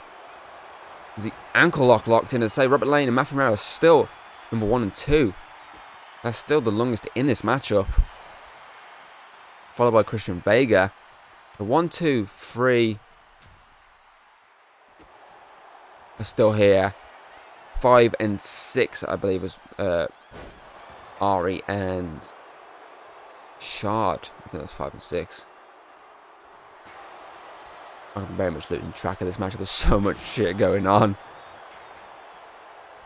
Robert Lane looking, not changing his mind, I was about to say looking at ideas of who to strike first at. As Christian Vega looks to take out Shard, but Shard got out of the way just in the nick of time. Over the top rope. Ari drops Robert Lane.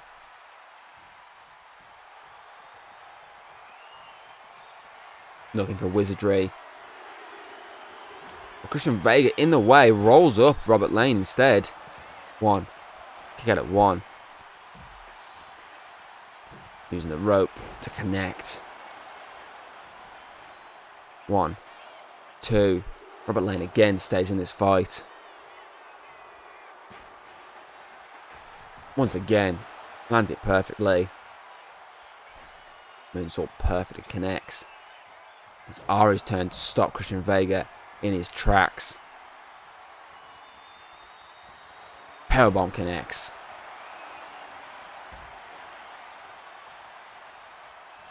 Wizardry. Straight to the face of Robert Lane. 1, 2, 3. Second elimination for Ari tonight. I mean, look at that. Perfect strike. Absolute perfect strike. Christian Vega is now taking the fight to Ari. Ducks under. Went for the punch, but Ari with the counter.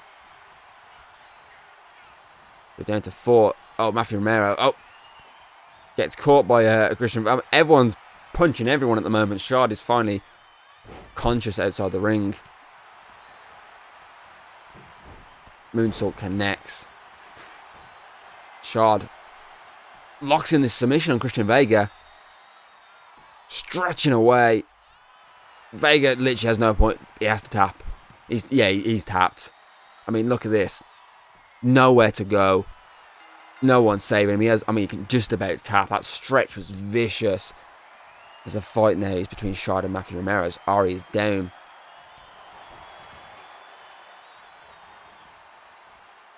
Alright, Ari finally got back up. Right, but Matthew and Shard are outside the ring now with a sledgehammer between them. Oh. Gets dropped.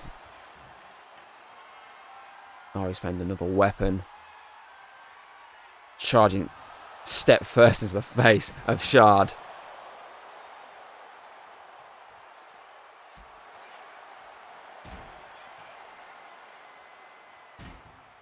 Ari eyeing up Matthew Romero, but Matthew's back down, gone into the ring, saying, you know what, you want the fight? Come and get it in the ring.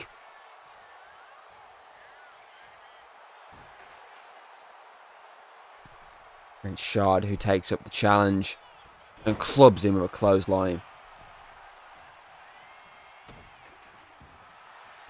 And here we go. This is how Christian Vega got eliminated. That submission locked in, nowhere to go. second tap out, short of another elimination. We're down to Shard and Ari. Last two standing for the right to face a champion at Christmas Brawl with that Future Shock DDT connects. 1, 2, 3. Ari is heading to Christmas Brawl. Even when you feel low, you can still go. Even when you feel slow, you can still go. Even when there's no hope, you can still go. I never answer to no, man, I still go. Go, go, go, go, go, go, go, go, go, go, go, go, go, go, go. Hustle hard, hustle every single day. I'll be making moves till I'm buried in my grave. To the system, I don't wanna be a slave. I've been doing shit my way, or the highway. And in the driveway is a nice range. Cause I grind through the climb, I invite pain. Right, sorry, I'm back. The joy of doorbells ringing. But as I was about to say during that outro, it's a massive win for Ari in their first singles championship shot since Chamber Champions 2022. That's a big, big victory there. Now it's time for this main event. The Undisputed FEW Women's Championship on the line in this Coffin match. The first ever women's Coffin match. I mean, this is only the second ever Coffin match we've ever had in FEW. Last one, of course, Summer Solstice 2024. Undisputed FEW Championship. Draconic Emperor versus Thomas. And it ended with the Undisputed Champion retaining. So can our Undisputed Champion do the same tonight? It's Luci, who's fought once against his champion in a one-on-one situation on Showdown, the build to All Out War. He's looking to be the one to dethrone Hayden tonight.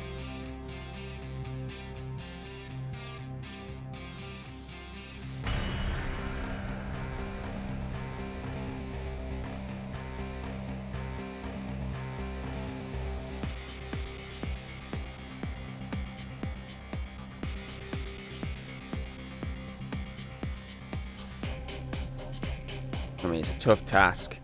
No one has done it yet. I mean, the only reason she's even no longer Apex Champion is because she relinquished the title.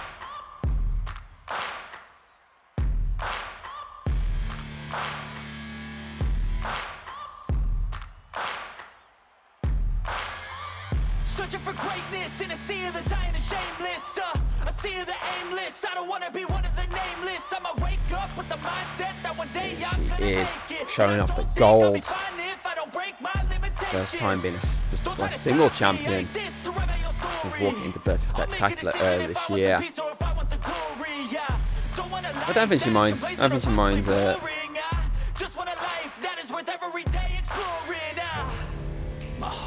being just one champion.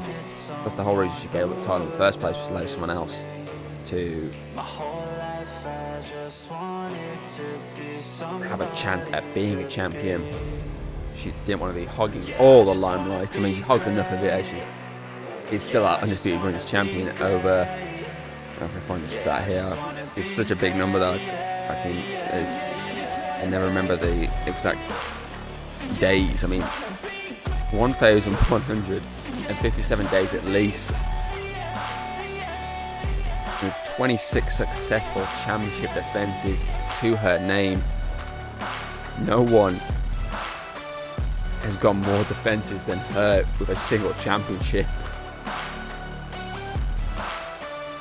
And the only person that's close, and even then, he's still like 7 successful defenses away, and that's Thomas, and 25, and that's, bear in mind, that's across both Undisputed reigns. That's across obviously the DB Championship reign he had. I mean, actually, to be fair, I need to check the Apex title. Okay, so to be fair, the six of her reigns, successful reigns were because of the Apex title. So, still, I mean, that's what 20. That's 26, isn't it? Yeah, 26. We just won championship. As I say, Thomas is on 25, and that's still multiple championships. So even with just one, if you eradicate the Apex title from her resume, she's still at 26 defenses as just Undisputed Women's Champion, which is insane.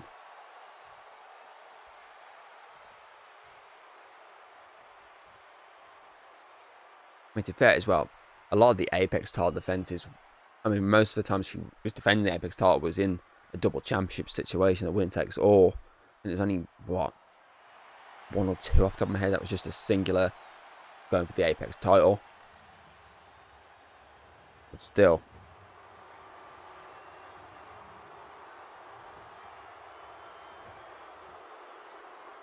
Have I got the right days? I'm looking at like a different stat. Hold on, let me do some calculations here. I'll get the exact number actually. I said the only way you can win a casket match is lock your opponent in that casket. Since I roughly know the day this is going out, I will get the actual stat up. So she's been champion since August 2022, specifically Saturday the 27th. If we go to 2025 real quick into October territory, I believe it's this date it's going out. 1,161. So where the fuck have I got that stat from? I don't know. I've got the stat from somewhere. I don't know where I got it from. That's what, 1,161 days. I'll change that there.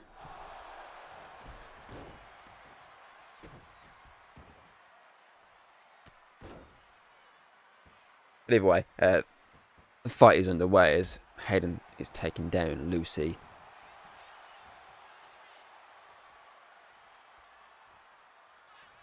So I do love a good stipulation. I mean, so the last casket match we had was a brutal affair. I mean, both Tom and Bob were absolutely blooded by the end of it. I mean, I'd love to see the exact same thing again here, as we've got a shovel in play. Hayden wailing away that shovel. Never once seen her do a bit of gardening, but she can definitely handle a shovel. Takes up, opens the casket door, sorry. Clubs Luci straight over the top rope with that big boot of hers.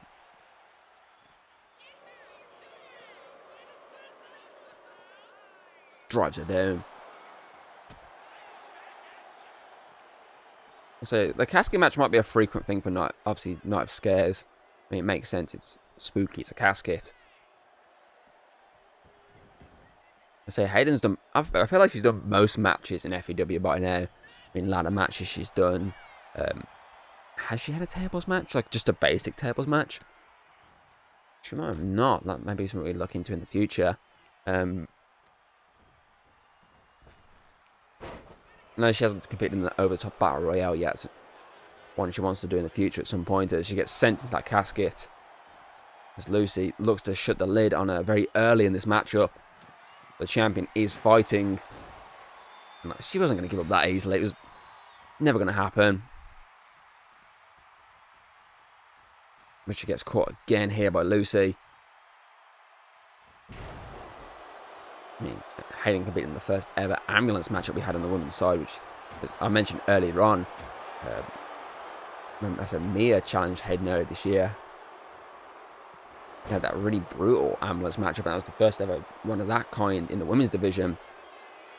It's the only other person before that. I mean, we've only ever had 2 ambulance matches anyway now. The other one being Daniel Baxter versus Callum Watson for the DKE Championship. Oh, kick to the face and it's loose into the casket. And it's Hayden's turn to shut that door. Luci as well isn't going to give up that easy. The 4th member of Born in the Darkness wants to become champion here tonight. Eat defeat. Foot straight to the face. I mean, the jaw has got a throb after that.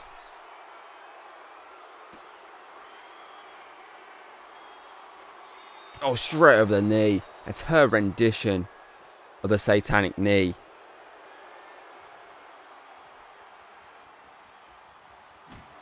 Which she likes to call the I think that's the pentagram. In other ways, that's her rendition of Lucifer's finishing move as Hayden gets straight gut first into the steel steps. The steel. Why is my brain just like shutting down randomly for some reason? I blame the postie for disturbing me. Still barricade. There we go. We get there eventually. And she lands the leg drop. I mean, normally after doing that, someone would go straight for a pinfall, but as I said earlier, there's no pinfall, no submission, no disqualification, no count out for this type of matchup. Oh no, there's the pentagram. Yeah, I remember now, that's definitely the pentagram. And it's been a while since I saw Luci fight, but that's definitely the pentagram. Again, that would have been 1, 2, and possibly 3, but this is what she must do instead. But now Hayden has the chance to fight back. Just needs to use her strength. I mean, if I was her in this situation, I'd not just pushing my arms. I'd try and get my legs in there and get a big kick up to kick that door open. Knock, obviously, Luci off balance as Hayden shuts the casket door. If you can knock her off balance. Oh, here we go. Oh, she's busted open Queen's tail. I didn't notice. I wonder if it was that knee. I wonder if it's that satanic knee that busted her open. I can see the blood all over her face.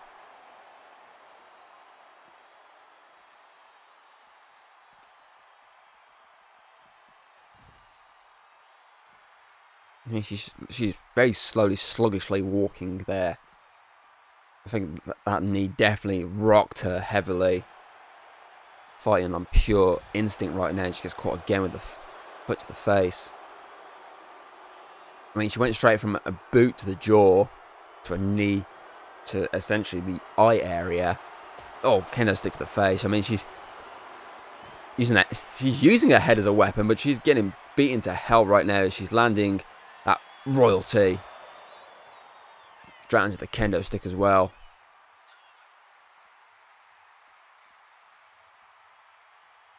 Again, normally, if she had her in the ring, that'd be a 1, 2, and let's be honest, it would have been a 3.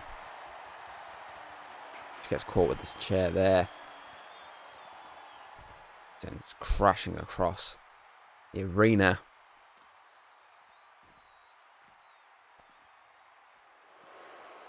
Both women want that championship, but only one can walk away with it.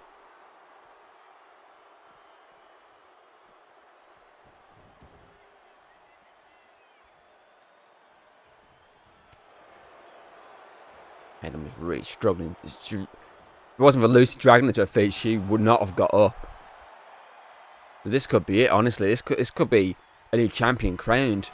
Our second champion crowned of the night. Who are we kidding? Are we really going to count out the Undisputed Champion just like that? I mean, every time we think she's done and dusted, she finds a way. And Luci understands that. If we're being honest, Luci probably needs to hit one more satanic knee and another pentagram. And that would probably bring Hayden's lights out. Here we go, that eat defeat, the boot to the face. Can she land the satanic knee though? It's essentially like a triple threat. Boot, knee, pentagram. So Hayden sent crashing to the coffin again. And the question is, was that boot enough?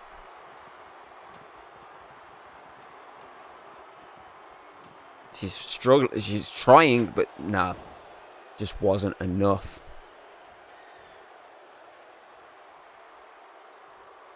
Champion wisely shutting that casket to make sure. Oh, kick to the face, her own spin kick there. Go with the right, not even right and left, just straight up right, and then face first off the steel post. I mean, if I was one of these two, I'll be slamming the other one on top of the casket, just breaking that coffin. I'm going to keep referring to it as both. It is both. It's a casket, but it's also a coffin. DDT connects. I mean, Bob and Thomas, I mean, both. Bryce and Thomas, at least, multiple times went back first off. That Coffin, like, powerbomb after powerbomb. Oh, headbutt connects. For someone who's pretty dazed as hell right now, she sure can still hit those headbutts viciously. Oh, but she got caught. Tried something fancy and got caught. That satanic knee to the back of the neck.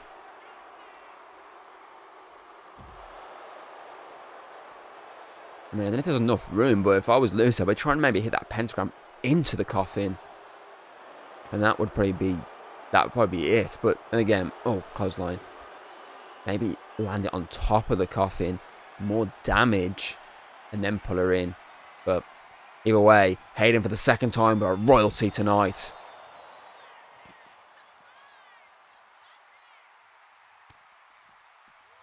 And looking for that Queen's Tower again. That's a second Queen's Tower. 2 Queen's Towers. 2 royalties. Maybe one more royalty? Maybe not.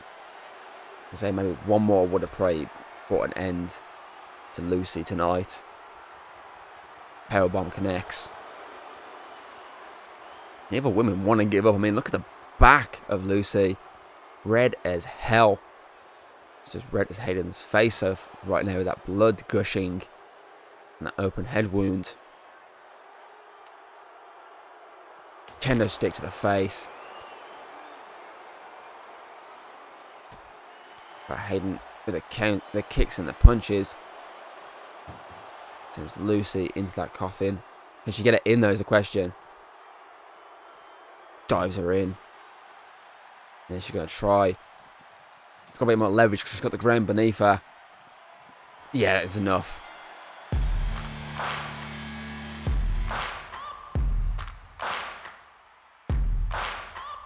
I think Luci ate 1 too many royalties and 1 too many Queen's Towers. And I think, to be fair, the difference there, Luci, whenever time she tried to shut the casket, Coffin casket, whatever, she was doing it from the top. So she didn't have exact leverage on the ground, just the ring, whereas Hayden went for it on the floor. So I call that the reason why she retained the Undisputed Championship, a brutal Coffin match. And that is it for FEW Night of Scares, a show which saw Arthur Wayne retain the Undisputed FEW Championship against Alex in that tables match. Obviously, we saw Megan win the Women's Halloween Battle Royale and will now face the FEW Apex Champion at Christmas Brawl. We then saw Stud Express retain the FEW Tag Championships against the Rockwells. Marcus Cross defeated Eduardo to retain the FEW GB Championship. Jessica Rogue defeated Olivia Kyle to remain the FEW Apex Champion and will face Megan, as I say, at Christmas Brawl. We then saw the DKE Championship change hands for the second month in a row as we crown Thomas the brand new DKE Champion. He's now officially a Triple Crown Champion, 1 title away from Grand Slam. It's just those tag titles that elude him so far. We then saw April Amir retain the FEW Women's Tag titles, once again defeating Protectors of the Kingdom. Ari then won the Halloween Gauntlet and will now face either the FEW GB Champion Marcus Cross or the DKE Champion Thomas at Christmas Brawl. We will announce who has been chosen next month. Then our main event saw Hayden win the first ever women's coffin match and retain the undisputed FEW Women's Championship. And that, as I say, was a massive show. Our first ever 9-match card for one single show. And now we're looking on to Collision Course, which is going to be a much shorter show, which will be 5 matches. But there's a reason for that. On this show, obviously, instead of doing our usual Collision Course, this main event tag match, we're now doing a Survivor Series-esque show, which will see our champions collide, as well as 2 classic Survivor Series elimination tag matches. I was watching NXT recently, and the TNA versus NXT matchup got me going, you know what, I kind of like that idea. I want to bring that back. So, yeah, it's a much shorter show because of that. And we'll be kicking off Collision Course 2025 with the mid-card clash of champions. FEW GB Champion Marcus Cross, DKE Champion Thomas, FEW Apex Champion Jessica Rogue, triple threat matchup to determine the top dog of the mid-card division. We then have our first Collision Course tag match, Team Ari versus Team Aaron. Ari has chosen Morgan Jones and Fantasy Warfare, whereas Aaron has gone with Frost and Golden Jag. with then obviously sticking in the tag division, as it is the Battle of the Tag Team Champions, as the FEW Women's Tag Team Champions April and Mia take on FEW Tag Team Champions Stud Express, and that will be a special guest referee matchup, because to determine who's the best of the tag, obviously the tag champions, it makes sense one of the best tag champions, obviously whose record was broken by Stud Express, Alex, will be stepping in as special guest referee, and hopefully for Stud Express's sake, he can be biased, since obviously they did break his record, take his title, so hopefully he can look the other way and call the match down the middle. Then we'll have our women's collision course tag matchup, which will see Ice Cold Witch and Shadowfire take on Protectors of the Kingdom and the Union. Then our main event, the Undisputed Clash, which will see the undisputed FEW champion Arthur Wayne, who has been champion since April, take on the undisputed FEW Women's Champion Hayden Roberts, who has been champion, of course, since August 2022. Two champions who are on a roll at the moment. One who's been on the roll for a long time, one who's brand new to FEW this year, and is instantly basically grabbed the championship and just run with it. So it's going to be an interesting matchup. I mean, all these are going to be interesting matchups to see who is top dog, essentially, who is the champion, and then obviously in the collision course tag matches, who basically can have bragging rights over the other team. So yeah, so we've got a really good card heading your way next month, and then we have Christmas Brawl. Christmas Brawl, Christmas Miracle. I'm debating on the name at the moment. At the moment, I'm going to keep referring to as Christmas Brawl, but I might change the name at the end, obviously by the end of Collision Course, because we have two matches. Obviously, I have one match officially locked in for Christmas Brawl, which is the Apex title match between Jessica Rogue and Megan, and obviously then we have Ari taking on either GB champion or the DKE champion. That is partially locked in. We don't know fully who obviously will be chosen. We'll find out next month. So yeah, obviously I really do hope you enjoy Christmas Brawl, Night of Scares, sorry, and we will see you next time. Goodbye. If you like what you've seen, don't be afraid to throw us a little like and subscribe. That's always very appreciated over here. And well, I'll see you on the next video.